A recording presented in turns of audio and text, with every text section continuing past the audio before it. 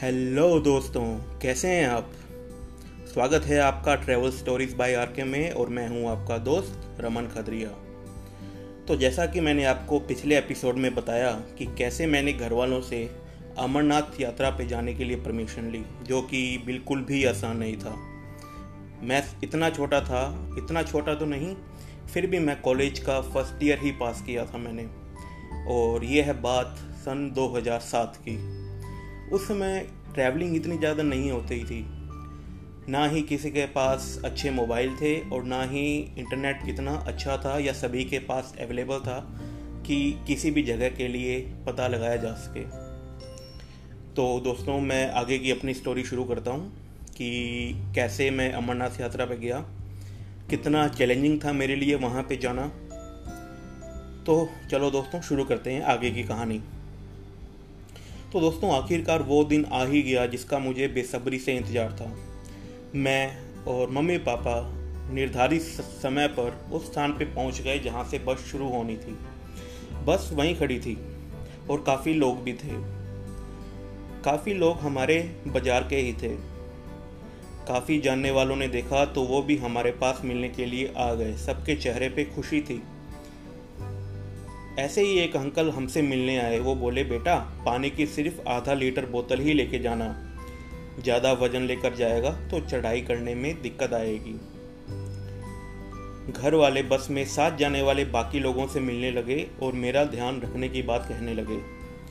घर वालों का तो चिंता होना स्वाभाविक ही होता है। मुझे भी मेरा आईडी कार्ड मिल गया और अब मैं भी अपना सामान बस में रखवाने के लिए लाइन में लग गया। बस में काफ़ी खाने पीने का सामान, चूल्हा, सिलेंडर सब जा रहा था। काफ़ी सामान तो लंगर वालों को देने के लिए ही था। बस चलने से पहले पूजा अर्चना होने लगी। अब बस चलने की तैयारी में थी। मैंने भी मम्मी पापा जी की धो खाई और आशीर्वाद लिया। उन्होंने मुझे भी दोबारा अपना ध्यान रखने को कहा। मेरे दोस्त जो कि बस में मेरे साथ ही जा रहे थे, जो चंदू और भल्ला थे, वो भी अब आ चुके थे। बस में साथ जाने वालों में बच्चों से लेकर बूढ़े और हर उम्र के लोग थे। मैं भी बस में चढ़ गया और खिड़की वाली सीट जाकर रोक ली। जयकारा वीर बजरंगी, हर हर महादेव जयकारे के साथ ही अब बस चल पड़ी। बस अब हनुमानगढ़ शहर से बाहर निकलने वाली थी। सब खुश थे, सभी बातें कर रहे थे। मैं और चंदू भी बातें कर रहे थे। बस में राधे राधे भजन भी चल रहा था। तो अब रात हो चुकी थी और अब सभी सोने ही वाले थे।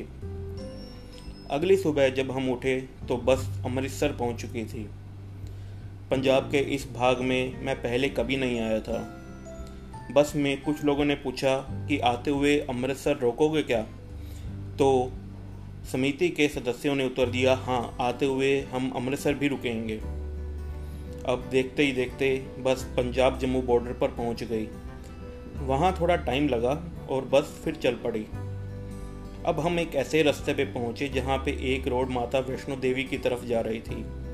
एक यात्री बोला, वो देखो, ये रोड वैष्णो देवी जाती है, कटरा की तरफ। हमें आते हुए वैष्णो देवी भी आना था। सबने दूर से हाथ जोड़े। थोड़ी देर में बस पहाड़ों पे चलनी शुरू हो गई और हम उधमपुर पहुँच गए। पता लगा आज का हमारा पड़ाव यहीं है। बस एक मंदिर के पास रुकी।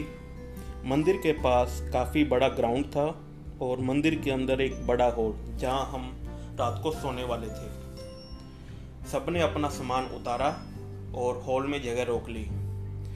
अब शाम होने लगी थी। बस से रसोई का सारा सामान उतारा गया। गैस, सिलेंडर, पतीले, सब कुछ, और खाना बनाने की तैयारी भी होने लगी। जब खाना बना तो देखा खीर भी बनी है। दोस्तों, ऐसी जगह आकर ऐसे खाना पकाकर खाने में क्या अलग ही अनुभव था। हम सब अपने साथ अपने बर्तन भी लाए थे। सबने खाना खाया। वहीं कुछ लोग वहीं ग्राउंड में बैठकर भजन कीर्तन भी कर रहे थे। मुझे काफ़ी थकावट हो रही थी क्योंकि बस के अंदर हर टाइम बैठना ही होता था। उस समय वो स्लीपर वाली बसें नहीं चलती थी। अगर चलती भी थी तो वो भी बहुत कम या काफ़ी महंगी होती थी। क्योंकि मुझे थकावट बहुत ज़्यादा हो रही थी, मैं सोने चला गया। मैंने अपना सिर के नीचे बैग लगाया और सो गया। अगले दिन उठकर फ्रेश होकर चाय नाश्ता करके बस एक बार फिर चली। उधमपुर से निकलने के बाद सबसे पहले आया पटनी टॉप। दोस्तों, ये भी एक बहुत फेमस हिल स्टेशन है। सर्दियों में यहाँ खूब बर्फ पड़ती है। वहीं पटनी टॉप के पास यात्रा करने वालों के लिए एक भंडारा भी लगा हुआ था। हमारी बस वहाँ रुकी। समिति के सदस्यों ने कुछ स्नैक्स के पैकेट और बॉक्सेस उन भंडारे में दिए। तो यूं ही चलते चलते हमने पटनी टॉप पार किया। अब हम रामबन नाम की जगह पर पहुंच चुके थे। अच्छी खासी पहाड़ियाँ चल रही थी। वहाँ एक ऐसी जगह भी आई जहाँ काफ़ी गहरी खाई थी। समिति के एक मेंबर ने मुझे बताया कि इस पॉइंट पे काफ़ी व्हीकल खाई में गिरे हैं। कहते हैं रात को काफ़ी बार एक भूत वहाँ पर लोगों को खाई की तरफ का रास्ता दिखाता है।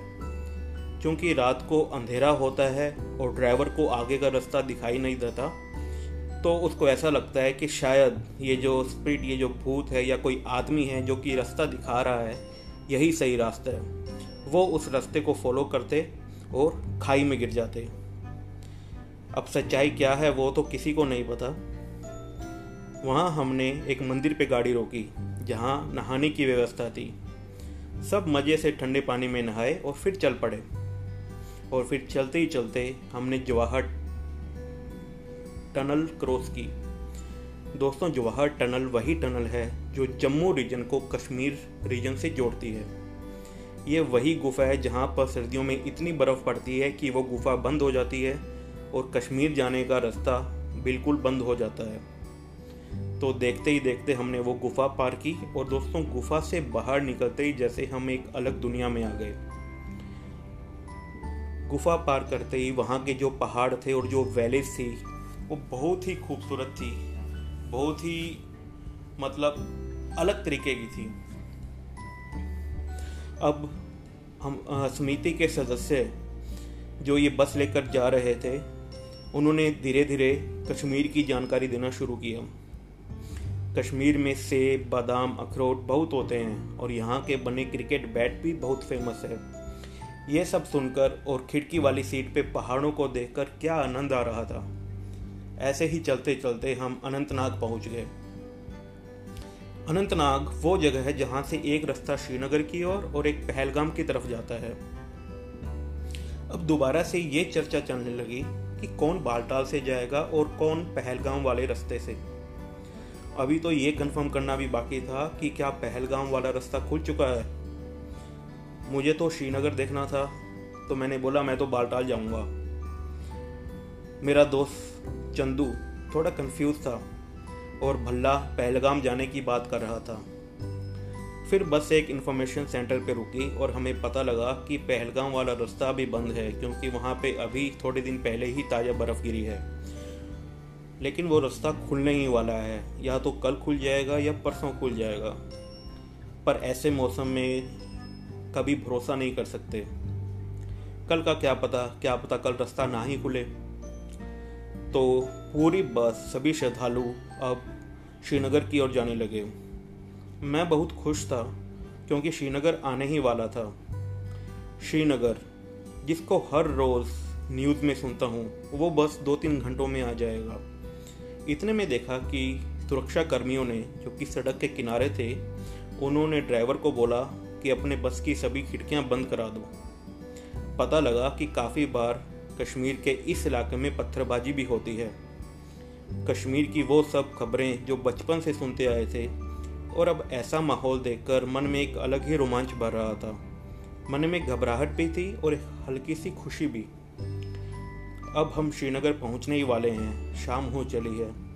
हमारी बस डल लेक के साथ वाली सड़क से गुजर रही थी। तभी हमारी बस लाल चौक से होकर गुजरी। वही लाल चौक जो श्रीनगर का सबसे संवेदनशील और प्रदर्शन करने वाला एरिया माना जाता है। काफ़ी बम विस्फोट भी वहाँ पे होते हैं और थोड़े ही महीनों पहले लाल चौक पर ही एक बम विस्फोट हुआ था। अब रात होने को थी। इतने में बस समिति के जो मेंबर थे वो बोले कि आज हम राम मंदिर में रुकेंगे। पता लगा आज का हमारा पड़ाव यहीं होगा, राम मंदिर में। मौसम काफ़ी ठंडा था। वहाँ पहुंचकर पहले तो सबसे पहले खाना खाया, फिर मंदिर परिसर में ही ऊपर एक हॉल था। मुझे कुछ पता ही नहीं था कि ओढ़ने का कंबल कहाँ से मिलेगा, कैसे मिलेगा। ग्राउंड फ्लोर पे पहुंचा तो पता लगा कंबल ख़त्म हो चुके हैं। अब तो पूरी रात ठंड में बिना कंबल के ही निकालनी थी। जैसे तैसे मैं भी एक अंकल के पास जाकर लेट गया। उन्होंने थोड़ी दया खाते हुए अपना आधा कंबल मुझे शेयर करने को दिया। मैं रात को अच्छे से सो नहीं पाया, ठंड बहुत ज़्यादा थी। पर अगर मेरे पास कंबल रजाई भी होती तो भी मैं शायद अच्छे से नहीं सो पाता, क्योंकि मन में एक अलग ही रोमांच था। मैं श्रीनगर और कश्मीर को महसूस कर रहा था। अगली सुबह मैं जल्दी उठा और आगे की यात्रा की प्रतीक्षा करने लगा। अब हमारा अगला पड़ाव बालटाल था। हमारी यात्रा एक बार फिर शुरू हुई। अब हमारी बस सोनमर्ग से गुजर रही थी। मैंने हमेशा गुलमर्ग का नाम ही सुना था, कभी सोनमर्ग का नाम नहीं सुना था। और फिर पता लगा कि गुलमर्ग तो दूसरे रास्ते पे पड़ता है। कुछ लोगों को वहाँ पे रुकना था थोड़ी देर के लिए, तो उन्होंने बोला कि थोड़ी देर बस रोको, हमें फ्रेश या सुसु करके आना है। दोस्तों, उस समय सबसे अच्छा जो बहाना होता था बस रुकवाने का वो यही होता था कि हमें सुसु करके आना है।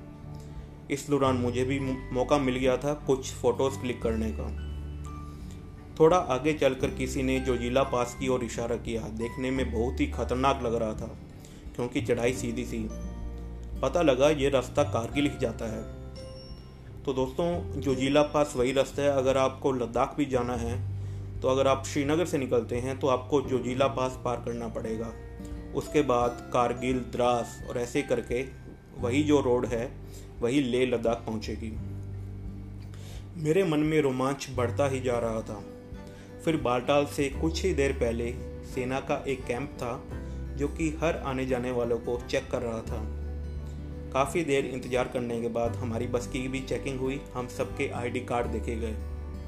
क्योंकि सिक्योरिटी का मामला था इसलिए काफ़ी टाइम लग गया। अब शाम भी हो चुकी थी। काफ़ी देर बाद हमारी बस का नंबर आया और हमारी बस ने वो सुरक्षा चौकी पार की।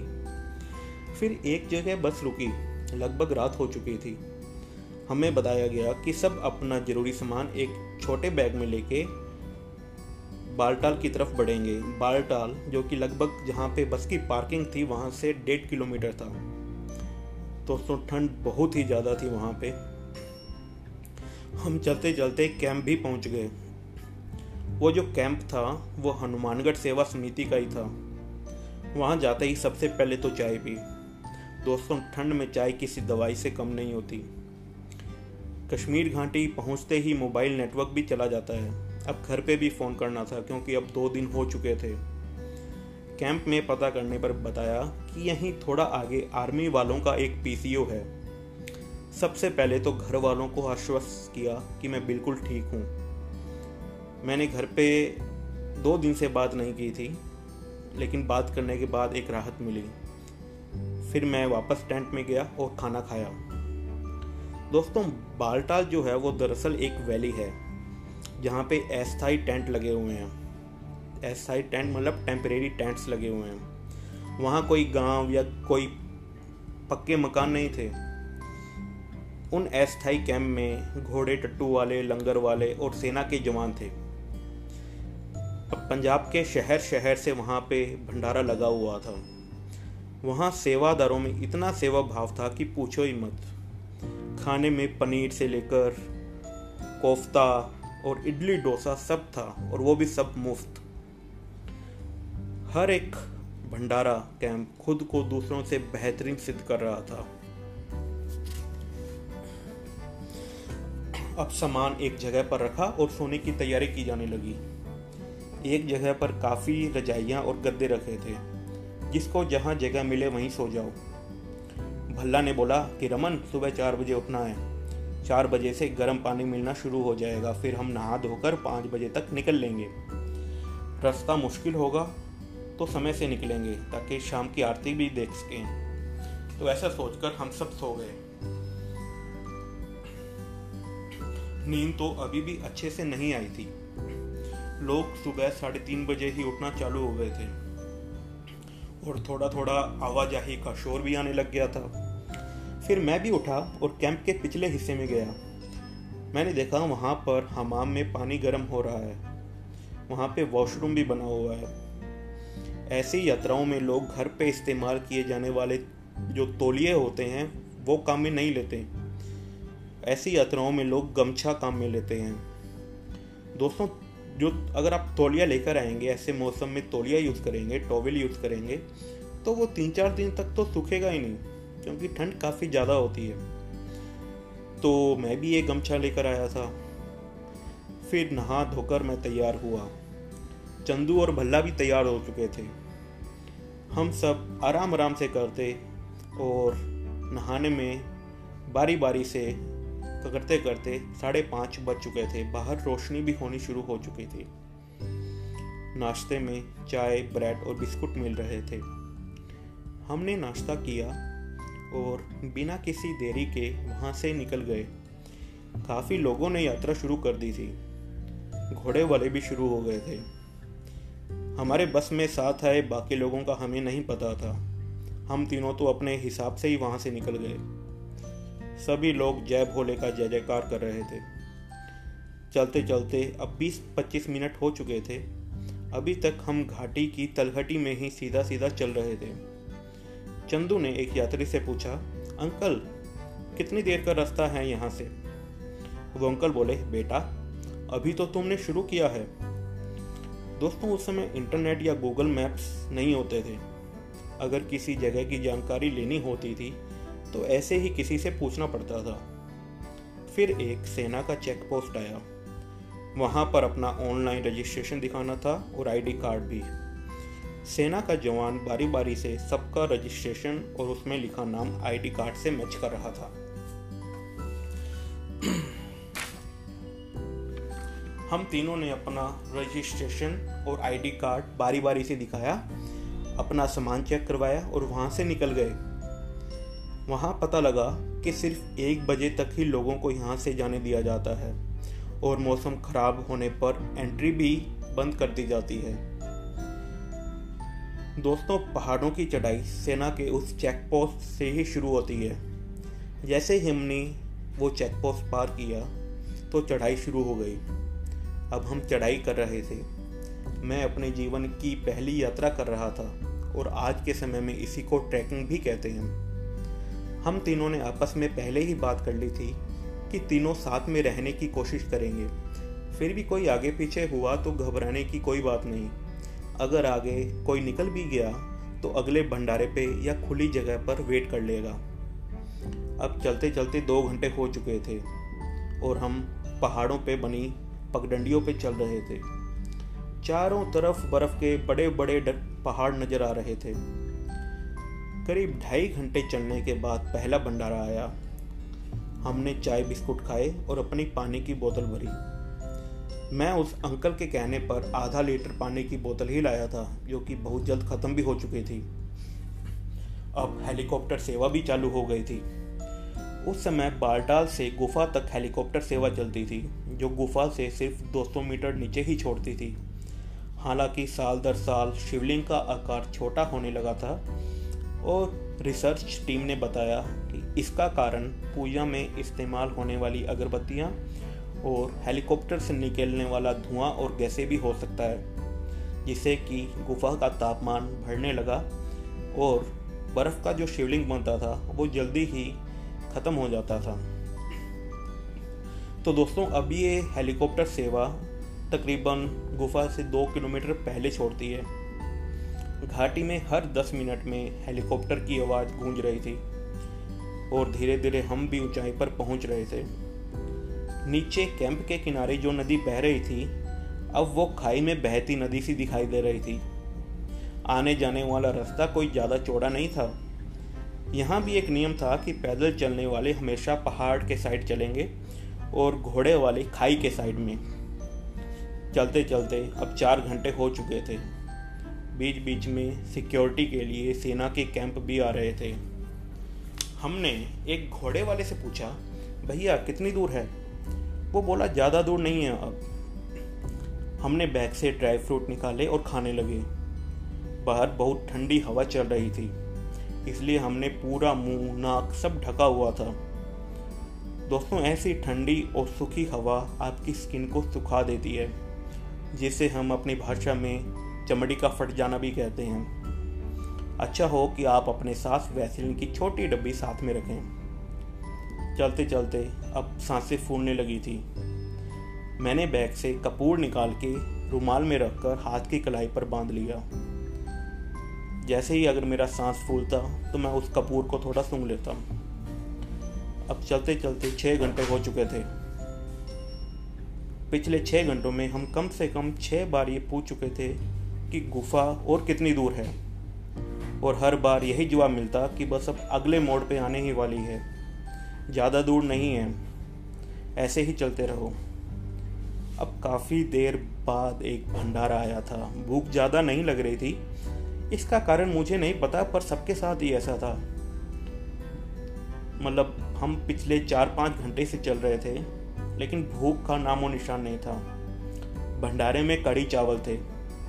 हमने कढ़ी चावल खाए, 15 मिनट आराम किया, पानी की बोतल भरी और फिर से चलना शुरू कर दिया।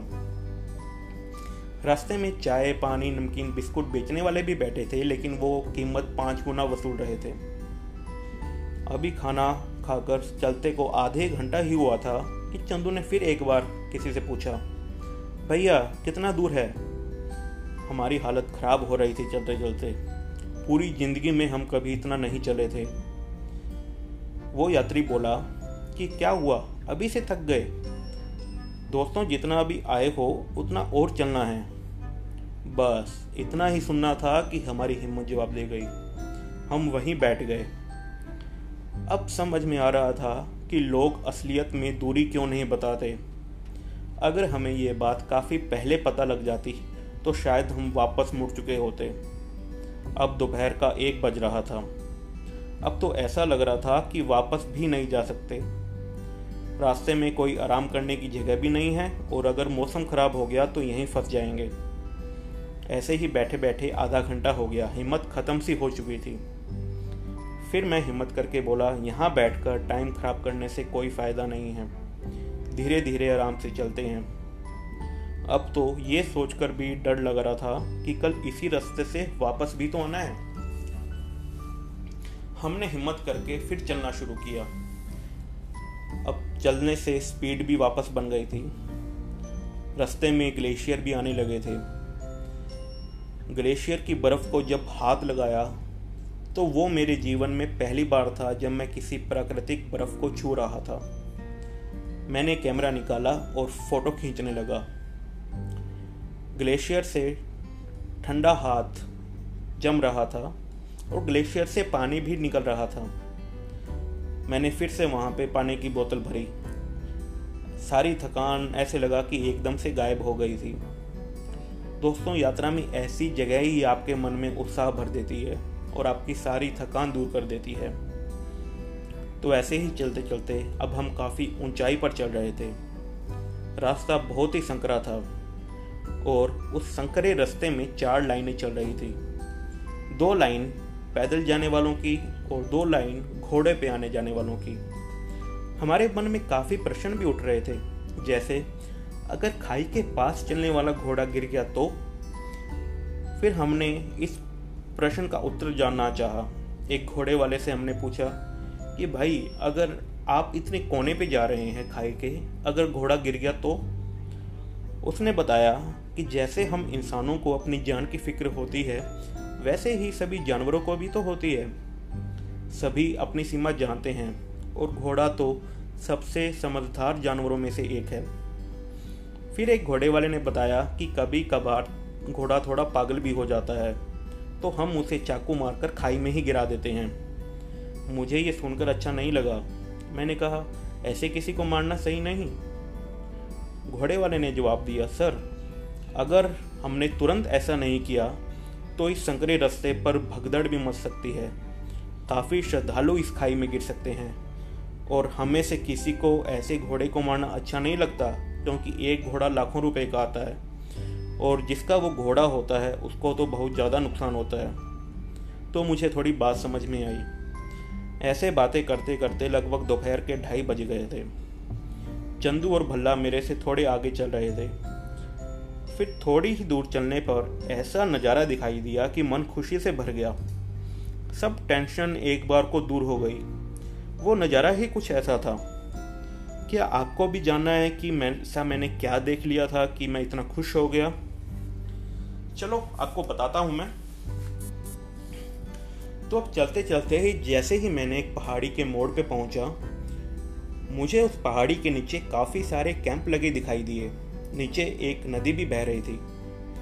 पहाड़ के नीचे जाने के लिए खड़ी उतराई थी। साथ ही मैंने देखा नीचे जो कैंप लगे हैं, कैंप के जस्ट पीछे एक पहाड़ी और भी है। उस पहाड़ी पर भी एक जिग जैग जैसा रास्ता बना दिखाई दे रहा है और काफ़ी घोड़े उस पर जा आ रहे हैं। मुझे लगा कि जो नीचे जो कैंप लगा है वही अमरनाथ गुफा है और वो जो पहाड़ दिखाई दे रहा है वो शायद पहलगाम की तरफ से आने वाले यात्रियों का रास्ता है। मैं बहुत खुश हुआ। सब थकान निकल गई। अब मुझे बस पहाड़ी से नीचे उतरना था। चूंकि चंदू और भल्ला मेरे से आगे थे तो मैं अकेला ही उतर रहा था। करीब आधे घंटे बाद मैं नीचे पहुंचा। नीचे 2 नदियां आपस में मिल रही थी। लोग उसको संगम बोल रहे थे। उस नदी का नाम सिंध नदी था। दोस्तों, इसी जगह को लोग रेफरेंस के तौर पे 2 मील भी बोलते हैं, क्योंकि वहाँ पे 2 रास्ते मिलते हैं, नीचे संगम है। तो ऐसे ही मैंने उस नदी पे बना पुल पार किया। अब मेरे सामने आर्मी के कैंप थे। मुझे भल्ला दिखाई दिया। मैंने कहा, हाँ भाई पहुंच गए। वो बोला, कहाँ पहुंच गए भाई, अभी तो ये पहाड़ भी तो पार करना है, तू भी चाय पी ले फिर चलते हैं। मैं सुनकर थोड़ा हैरान हुआ। मैंने पूछा, ये अमरनाथ नहीं है तो ये क्या है? वो बोला, यह सिर्फ आर्मी वालों का कैंप है और कुछ नहीं। आर्मी वालों ने चाय ब्रेड का इंतजाम कर रखा था। मैंने भी चाय पी। बड़ा मज़ा आ रहा था चाय पीने में। एक बार तो लगा कि आज यहीं रुक जाएं, आगे की यात्रा कल करते हैं। पता लगा यहाँ रुकने की व्यवस्था भी नहीं है। चाय पीकर मैं बाहर आया। भल्ला और चंदू मेरा ही वेट कर रहे थे। मैंने अपना सिर ऊपर उठाया और उस पहाड़ को देखा। पहाड़ का जो रास्ता था पूरा जिग जैग था। आप पहाड़ के नीचे खड़े होके पहाड़ का जो टॉप है उसको देख सकते थे। मतलब हर जगह आपको जिग जैग, एक हेयर पिन बैंड जिसको अपने बोलते हैं, वैसा रास्ता दिखाई दे रहा था। मैं बोला कि यार घोड़ा कर लेते हैं अब, पर भल्ला बोला नहीं, अब इतनी दूर पैदल आ ही गए हैं तो इतना तो पार कर ही लेंगे। अब हमने एक बार फिर भोले का जय जयकार किया और चढ़ाई शुरू की। अब हमें ज्यादातर लोग घोड़े पे ही जाते दिखाई दे रहे थे, लेकिन इस बार हम जिगजैग पार करने के लिए शॉर्टकट भी ले रहे थे। थोड़ी देर बाद जब पीछे मुड़कर देखा तो थोड़ा हौसला हुआ कि चलो आधा पहाड़ तो चढ़ भी लिया। मैंने एक घोड़े वाले से पूछा, भाई कितना दूर और है? वो बोला, आ गया आप तो, इस पहाड़ के पीछे ही तो है, बस आपको 10-15 मिनट में गुफा दिखाई भी देने लगेगी। और हुआ भी कुछ ऐसा ही। उस पहाड़ी के एक मोड़ को पार करते ही एक अलग दुनिया दिखाई दे रही थी। आगे एक वैली थी जो कि पूरी बर्फ से ढकी हुई थी। काफ़ी टेंट उस पर लगे हुए थे जो कि अलग अलग रंग के होने के कारण चमक रहे थे। और उनके पीछे ही पहाड़ के बीच बनी एक गुफा जो कि दूर से ही दिखाई दे रही थी। ये अमरनाथ गुफा के पहले दर्शन थे। अब आगे के रास्ते पर बर्फ ही बर्फ थी, पर अभी भी कम से कम 1 घंटा और चलना था। थोड़ी दूर चलने पर कुछ आवाज़ आई। लोग कहते, भागो भागो। मुझे तो पता ही नहीं था कि हुआ क्या है। मैं भी घबराकर भागने लगा। मैंने सोचा कहीं कोई घोड़ा तो पागल नहीं हो गया। 15-20 कदम भागकर जब मैंने पीछे मुड़कर देखा तो पता लगा पहाड़ों से पत्थर गिर रहे थे। हम सब जय भोले बोलकर फिर से चल पड़े। अब शाम के 5 बज रहे थे। मौसम थोड़ा खराब था और पानी की छोटी छोटी बूंदें बर्फ जैसे गिर रही थी। हालांकि कोई भारी बारिश नहीं होने वाली थी। अब बर्फ पर लगे टेंट आ चुके थे। भल्ला और चंदू भी वहीं खड़े थे। वहाँ जाकर पता लगा कि आज हमें इन्हीं टेंटों में सोना है। कई छोटे टेंट तो कोई बड़े टेंट। भला कहता यहाँ नहीं, गुफा के पास ही कहीं लेंगे। हम चलते रहे और टेंट का प्राइस भी पूछते रहे। थोड़ी दूर चले तो एक बंदा आया कि सर टेंट लोगे? उसने पैसे बताए तो हम आगे बढ़ लिए। वो पीछे आता गया। वो बोला कि सर एक बार देख लो, अगर पसंद ना आए तो कोई बात नहीं। अब थोड़ा थोड़ा अंधेरा भी होने लगा था। हमने सोचा कि चलो देख लेते हैं एक बार चलकर। वहाँ पर 2 तरीके के टेंट होते हैं। एक तो तंबू जैसे बड़े, जिसमें 10 लोग 15 लोग एक साथ सो जाते हैं।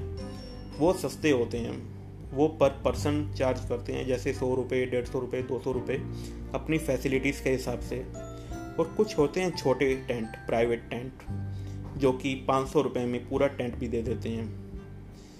फिर वो टेंट वाला हमें अपना टेंट दिखाने ले गया। थोड़ी दूर बर्फ़ पे चढ़कर उसने अपना छोटा टेंट दिखाया। बोला कि ये देखो, नीचे 3 अलग अलग परत पर गर्म कंबल रजाई हैं और ओढ़ने के लिए भी वो 2 रजाई देगा। गुफा कुछ 500 मीटर थी उस टेंट से। हमको टेंट वो ठीक लगा। हम काफ़ी थके हुए भी थे। हमने वो टेंट ले लिया। अब हम तीनों टेंट में लेट गए, जैसे कोई जन्नत ही नसीब हो गई हो। थोड़ी देर में गुफा में आरती की आवाज़ आई। मुझे लगभग नींद आ चुकी थी। भल्ला ने आरती में जाने के लिए पूछा।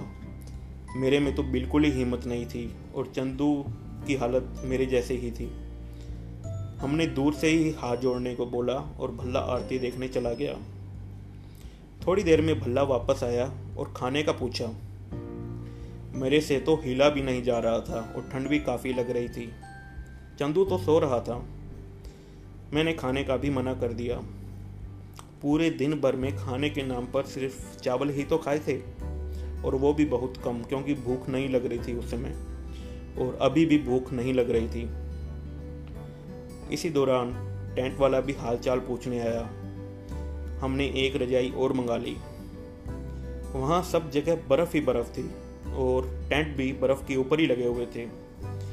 रात को सोते सोते एक बार जब मेरा हाथ टेंट से बाहर निकल गया तो बर्फ़ हाथ में ही आ गई थी। ये भी एक अलग ही एक्सपीरियंस था। अब अगली सुबह मेरी जाग जल्दी खुल गई। सवेरा हो गया था। चंदू भल्ला अभी सो रहे थे। मैं टेंट से बाहर निकला। बाहर का नज़ारा क्या शांत और खूबसूरत था। कल शाम को जब पहुंचे थे तो काफ़ी थके हुए थे।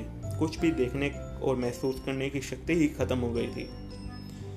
2 दिन बाद रात को थोड़ी नींद आई थी, और वो भी शायद थकावट होने के कारण। हमारा टेंट नीचे वाले रास्ते से करीब 50 फुट ऊंचाई पे था और सब तरफ बर्फ जमी हुई थी। मैं नीचे उतरने लगा। एक बार तो मेरा भी पैर फिसला और बाल बाल गिरने से बचा। अब मैं बर्फ पर संभल कर उतर रहा था। नीचे रास्ते पर लोगों की आवाजाही शुरू हो चुकी थी। मैंने सोचा थोड़ा आसपास घूम लूं। इतने में ही टेंट वाला मिल गया। मुझे तो वो पहचान में ही नहीं आया था, लेकिन उसने शायद मुझे पहचान लिया था। वो बोला, उठ गए सर? नींद अच्छी आई टेंट में? रात को ठंड तो नहीं लगी? मैंने कहा, हाँ नींद अच्छी आई और ठंड भी नहीं लगी, थैंक यू। अब मुझे ये बताओ कि नहाने धोने की क्या व्यवस्था है? गर्म पानी कहाँ मिलेगा? वो कहता, आओ सर मेरे साथ, मैं आपको दिखाता हूँ। वो रास्ते के थोड़े नीचे की तरफ ले गया, जहाँ पे एक हमाम में पानी गर्म हो रहा था। उसने बोला, सर नहाना है तो यहाँ पे आ जाना, ये आपको 50 रुपये में एक गर्म पानी की बाल्टी दे देगा। वहाँ नहाने का सिर्फ एक ही अस्थायी टेंट लगा था और 2 लोग भी खड़े थे। नीचे ही एक नदी बह रही थी, जहाँ से वो पानी लाकर उसको गर्म कर रहे थे। वो पानी बर्फ़ का ही पानी था। चूँकि अब मैं भीड़ होने से पहले ही नहाना चाहता था, मैं बोला, भाई इन दोनों के बाद मेरा नंबर है, मैं अभी आता हूँ। पानी वाले ने बोला, ठीक है सर, मैं आपका वेट करता हूँ। मैं फटाफट अपने टेंट की तरफ गया और कपड़े लेने लगा। चंदू और भल्ला अभी भी सो रहे थे। मैं फटाफट कपड़े लेकर नीचे की तरफ गया अब अगला नंबर मेरा ही था। उसने एक बाल्टी जो कि लगभग 15 लीटर की थी और उसमें लगभग 12-13 लीटर पानी ही रहा होगा, गर्म पानी से भर कर दिया। उस पानी में बहुत धुआं निकल रहा था, जैसे कि उबलता हुआ पानी हो। मैं बाल्टी लेकर अंदर गया और कपड़े खोलने लगा। बाहर बहुत ज़्यादा ठंड थी। कैसे भी हिम्मत करके मैंने कपड़े निकाले और फटाफट ब्रश किया। पहले तो देखकर लगा कि इतने गर्म पानी से कैसे नहाऊंगा, अंदर ठंडा पानी भी तो नहीं है। पर जब मग्गे से पानी लेकर धीरे धीरे अपने पैर पर डाला तो पता लगा कि पानी दरअसल ज़्यादा गर्म नहीं है। ठंडे मौसम के कारण सिर्फ धुआं ज़्यादा उठता दिखाई दे रहा है। हालांकि ज़्यादा संतुष्टि तो तब मिलती जब पूरा शरीर भी गर्म पानी से गर्म हो जाता। पर पानी गिरने से कम शरीर तो साफ हुआ और ताजगी भी आ गई। अब नहा धोकर मैं अपने टेंट पर पहुंचा तो चंदू और भल्ला भी उठ चुके थे। मैंने उनको नहाने की व्यवस्था बताई। अब वो दोनों भी जाने लगे। मैंने कहा, मैं दर्शन करने जा रहा हूँ, वापस टेंट में मिलते हैं। समय लगभग 7 बज रहा होगा। जब मैं लाइन के पास पहुंचा तो देखा लाइन काफ़ी लंबी है, जैसे कि लोग सुबह 4-5 बजे से ही उठकर दर्शन के लिए लाइन में लग गए हों। हम बर्फ़ के ऊपर ही खड़े थे और गुफा में शायद आरती चल रही थी, कोई भजन की आवाज़ आ रही थी। अब लाइन धीरे धीरे आगे बढ़ रही थी। रास्ते में भंडारे के टेंट भी लगे हुए थे और मुझे बड़ा आश्चर्य हुआ लोगों की सेवा भाव देखकर। ऐसे दुर्गम स्थान पर भी फ्री में चाय, नाश्ता और खाना चल रहा था। यहाँ पर इतने टेंट लेकर आना, चावल, दूध, आटा और फिर पानी भी कोई आसान काम नहीं था। कुछ लोग लाइन में बातें कर रहे थे कि गुफा में सफ़ेद कबूतरों का जोड़ा रहता है। अगर किसी को दर्शन हो जाए तो वो किस्मत वाला होता है। मैं भी भोले का नाम लेकर गुफा की तरफ देख रहा था कि शायद मुझे भी वो सफ़ेद कबूतर का जोड़ा दिख जाए। चूंकि लाइन काफ़ी लंबी थी, अब लाइन में लगे 2 घंटे हो चुके थे और उम्मीद ऐसी थी कि शायद अगले 1 घंटे में नंबर आ जाए। अब हेलीकॉप्टर भी आना शुरू हो चुके थे। हेलीपैड भी साफ दिखाई दे रहा था। नीचे घाटी वाले रास्ते से गुफा तक सीढ़ियां बनाई हुई थी। उस सीढ़ियों के दाईं तरफ गुफा में जाने वालों का रास्ता था और बाईं तरफ गुफा से वापस आने वालों का। सभी लंगर बाईं तरफ लगे हुए थे कि जैसे कोई भी जो दर्शन करके आए वो चाय नाश्ता कर ले, खाना खा ले। अब लाइन में लगे को 3 घंटे हो चुके थे। गुफा बस सामने ही थी। लगभग 3.5 घंटे लाइन में लगने के बाद मेरा नंबर आखिरकार आ ही गया। अब मैं गुफा के अंदर था। सामने ही भोले बाबा के कुदरती व चमत्कारिक बर्फ से बने शिवलिंग के दर्शन हो रहे थे। मैंने भोले बाबा के दर्शन किए और थोड़ा पीछे आकर खड़ा हो गया। अब मेरी आंखों से आंसू निकल रहे थे। मैंने भी सोचा कि भगवान को पाना इतना आसान तो नहीं। उनके सिर्फ एक प्रतिरूप के दर्शन के लिए इतनी मुश्किलें सहन करनी पड़ी। मेरे परिवार में कभी कोई आज तक अमरनाथ नहीं गया था। मैं खुद को काफ़ी भाग्यशाली भी मान रहा था। मेरे आंसू मेरे भक्ति भाव से ओतप्रोत थे। मैं कभी भगवान से मेरे लिए कुछ नहीं मांगता था। मैं हमेशा यही बोलता कि सबका कल्याण करना और सुख शांति रखना। मैंने कभी भगवान से पैसे या अच्छी जॉब की मांग नहीं की। मैं समझता हूँ भगवान तो अपने ही हैं, उनसे कुछ मांगने की क्या ज़रूरत, उनको तो सब पता है। मुझे शायद इस बात का एहसास बचपन से ही था कि खुशी और पैसा दोनों अलग अलग हैं। पैसे से आपको हर बार खुशी मिले ये ज़रूरी तो नहीं। मैंने भगवान को मेरे पूरे परिवार की तरफ से नमन किया। लगभग आधे घंटे ध्यान में खोकर जब मुझे थोड़ी चेतना आई तो महसूस हुआ कि अब निकलना चाहिए, क्योंकि आज वापस बालटाल भी तो पहुंचना है। मैं गुफा से बाहर निकला। गुफा से बाहर निकलते ही मुझे एक फ़ोटो खींचने वाला दिखाई दिया, जो कि 80 रुपये लेकर आपकी फ़ोटो खींचता और आपके एड्रेस पे उसको भेजता। मैंने पूछा, अंकल कब तक भेज दोगे फ़ोटो आप? वो बोला, बेटा अभी तो यात्रा चल रही है, अभी तो यहीं हूँ। यात्रा ख़त्म होने पर जब मैं घर जाऊँगा तो इन फ़ोटो के प्रिंट निकाल के भेजूँगा। 2 महीने तो लग ही जाएंगे। मुझे लगा याद के लिए एक फ़ोटो तो होनी ही चाहिए। हालांकि कैमरा मेरे पास था मेरे बैग में, लेकिन दर्शन अगर आप करने जाते हैं तो कोई भी इलेक्ट्रॉनिक आइटम वहाँ पे अलाउ नहीं होती, इसलिए मेरे पास मैं कैमरा लेकर नहीं गया था। मैंने एक फ़ोटो खिंचवाई और उसको अपना नाम और पता नोट करवाया।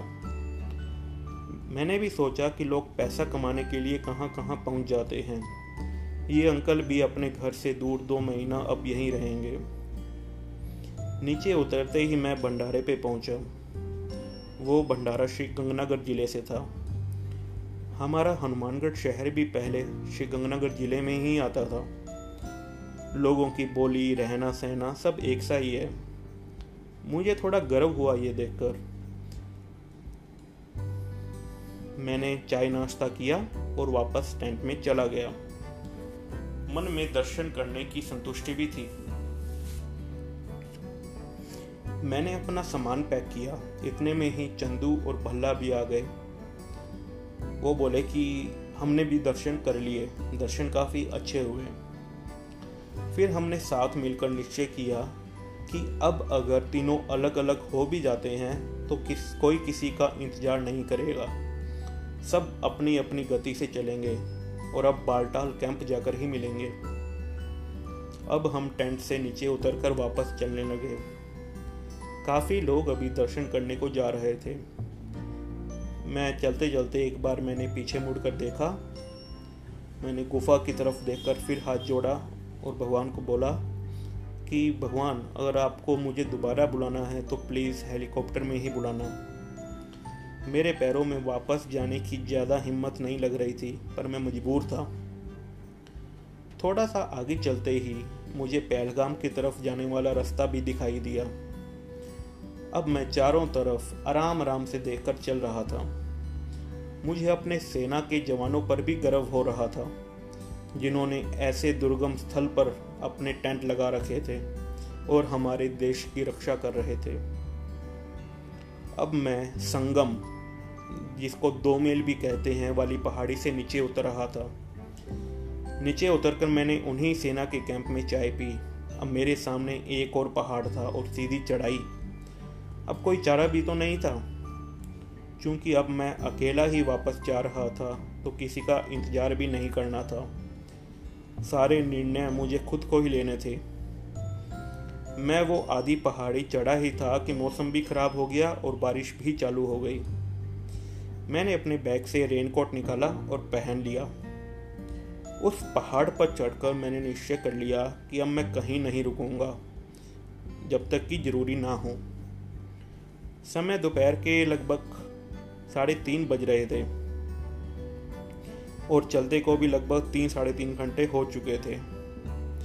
यूं ही लगातार चलते चलते मैं शाम 6:30-7 बजे बालटाल पहुंच गया।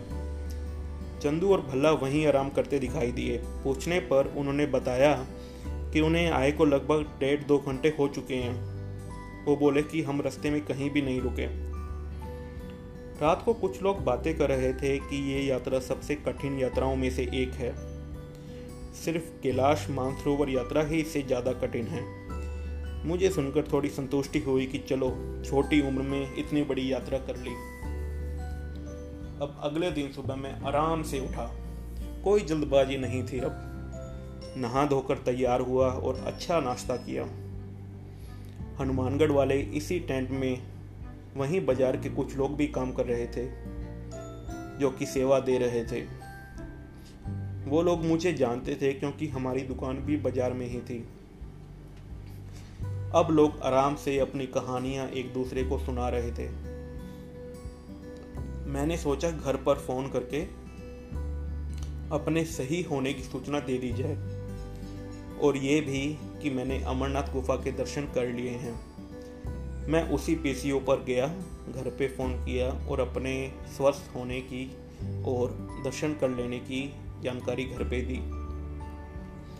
जब फ़ोन कर वापस टेंट में पहुंचा तो पता लगा हमारे साथ बस में आए एक यात्री की ऊपर गुफा के पास हृदय गति रुकने से मौत हो गई। दोस्तों, इतनी ऊंचाई पर ऑक्सीजन कम ही होती है और रात को ऑक्सीजन का स्तर और भी गिर जाता है। वो लोग जिनको सांस लेने में प्रॉब्लम हो या दिल से कमज़ोर हो, उनको इस यात्रा पे नहीं आना चाहिए। थोड़ा पूछने पर पता लगा कि वो शख्स बस की पिछली सीट पर बैठता था और हनुमानगढ़ के एक गांव का था। चूंकि मैं बस में सबसे आगे बैठता था तो मुझे उसका चेहरा याद नहीं आ रहा था। वो रात को गुफा के पास एक बड़े ग्रुप वाले टेंट में सोया था। रात तक तो सही था, पर सुबह उठकर जब उसके साथियों ने देखा कि वो अब तक उठा नहीं, जब उन्होंने उसको उठाना चाहा तो पता लगा उसकी श्वास गति रुक गई है। उसका एक साथी जो कि उसी के साथ यात्रा पर आया था, वो काफ़ी दुखी दिखाई दे रहा था। वो कह रहा था कि मेरा दोस्त मेरे ज़्यादा बोलने पर ही इस यात्रा पे आया था। समिति के सदस्य कह रहे थे उसको भगवान ने अपने पास बुला लिया। ऐसी जगह पर आके मुक्ति मिलना, और वो भी सोमवती अमावस के दिन, कोई छोटी बात नहीं। खैर, वो सब तो मुझे क्या पता, पर मैं तो उस बेचारे के घर वालों को सोचकर दुखी हो रहा था। इसी वजह से हमें बालटाल से वापस श्रीनगर की ओर निकलने में काफ़ी देर भी हो चुकी थी। बस में बाकी यात्रियों का हौसला बनाए रखने के लिए समिति के सदस्यों ने सबको यही कहा कि वो काफ़ी भाग्य वाला था जिसको ऐसी जगह आकर मुक्ति मिली। अब हमारी बस श्रीनगर जा रही थी। श्रीनगर हमारी डल झील के पास पार्किंग में बस पार्क करके सभी यात्रियों की सहमति से छोटी छोटी ट्रैवल बसों में हमें श्रीनगर घुमाया गया। श्रीनगर में हम खीर भवानी माता के मंदिर, शंकराचार्य मंदिर, निशांत गार्डन, मुगल गार्डन और एक दो जगह और भी गए। शाम को हमने डल झील में शिकारा से यात्रा की। चूँकि रात को जवाहर टनल बंद होती है तो अब हमें पूरी रात वहीं पार्किंग में बस में सोकर ही गुजारनी थी। समिति के सदस्यों ने वहीं पर रसोई का खाने पीने वाला सामान निकाला और वहीं हमने रात का खाना खाया और बस में ही सो गए। सुबह होते ही हमारी बस वैष्णो देवी के लिए रवाना हो गई। गुफा से थोड़ी देर पहले ही बस एक जगह पर रुकी जहां पर कुछ एक दुकानें थी, जहां पर हमने अखरोट खरीदे। कुछ लोगों ने बैट भी लिए जो कि क्रिकेट खेले जाने में काम आते थे। अब हम जवाहर टनल पार कर चुके थे और कटरा पहुंचने ही वाले थे। हम बस में से कुछ लोग ऐसे भी थे, शायद 4-5 लोग ही रहे होंगे, जो कि काफ़ी थक चुके थे और जो अब वैष्णो देवी नहीं जाना चाहते थे। तो उन्होंने बोला कि हमें आप कटरा से थोड़ी पहले ही उतार देना, हम बस पकड़कर जम्मू चले जाएंगे और वहाँ से हनुमानगढ़ की सीधी ट्रेन पकड़ लेंगे, क्योंकि अब हमें वैष्णो देवी में 2 दिन लगने वाले थे। उसके बाद हमें अमृतसर भी घूमना था। तो वो वहाँ पे उतर गए और हमारी बस कटरा पहुँच गई। तो दोस्तों, ऐसे ही मैं पहली बार वैष्णो देवी भी इसी ट्रिप पर गया। वो भी एक शानदार अनुभव था। तो अब तक मैं 2020 तक वैष्णो देवी शायद 4-5 बार जा चुका हूँ। दोस्तों, वैष्णो देवी की यात्रा का वर्णन मैं आपको आगामी एपिसोड्स में दूंगा। अब हमारी बस वैष्णो देवी से अमृतसर पहुँच गई। मैंने पहली बार वहाँ पर गोल्डन टेम्पल देखा, जिसका मैंने हमेशा नाम ही सुना था। मैं वहाँ पे 24 घंटे चलने वाले लंगर हॉल में गया। वहाँ पे मैंने लंगर छका। मैंने उनकी रसोई जाके देखी, जहाँ पे एक बहुत बड़े पतीले में दाल बन रही थी। फिर मैं उस जगह पर भी गया जहाँ पे वो लोग सब्जी काट रहे थे और काफ़ी लोग अपनी बर्तन धोने में भी सेवा दे रहे थे। दोस्तों, ये लंगर 24 घंटे बिना रुके चलता रहता है। और अमृतसर के बाद अब हमें अगले दिन हनुमानगढ़ ही पहुंचना था, जो कि हम चलते चलते हनुमानगढ़ भी वापस पहुंच चुके। तो दोस्तों, कुछ ऐसी थी मेरी ये पहली यात्रा, जिसे आज की भाषा में ट्रैकिंग ट्रिप भी कहते हैं। वापस आने के 2-3 दिन मैंने खूब आराम किया, खूब सोया, और इस ट्रिप ने मेरा मनोबल भी काफ़ी बढ़ाया। साथ ही साथ मुझे इस बात की भी खुशी हो रही थी कि शायद अब आगे से ऐसी यात्राओं पर जाने पर घर वाले मुझे नहीं रोकेंगे। तो दोस्तों, कैसे लगी आपको मेरी ये यात्रा? क्या आपको भी ऐसा लगा कि आप मेरे साथ ही घूम रहे हैं? आपको मेरा ये पॉडकास्ट कैसा लगा? आप मुझे ये मेरे Instagram handle RK discovering India, मैं एक बार रिपीट कर दूं, मेरा इंस्टाग्राम हैंडल है RK डिस्कवरिंग इंडिया।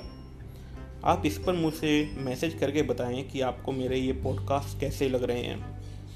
आने वाले टाइम में मैं आपको इसी पॉडकास्ट चैनल पर काफ़ी कहानियाँ सुनाने वाला हूँ, तो आप मुझे फॉलो भी कर सकते हैं। अगर आप मुझे स्पॉटिफाई से सुन रहे हैं तो वहाँ पे एक फॉलो का ऑप्शन आपको दिखाई दे रहा होगा। कृपया मुझे वहाँ से फॉलो करें ताकि आप कोई भी ट्रैवल स्टोरी मिस ना करें। तो दोस्तों, मिलते हैं आपको मेरी अगली ट्रैवल स्टोरी में। तब तक के लिए जय हिंद।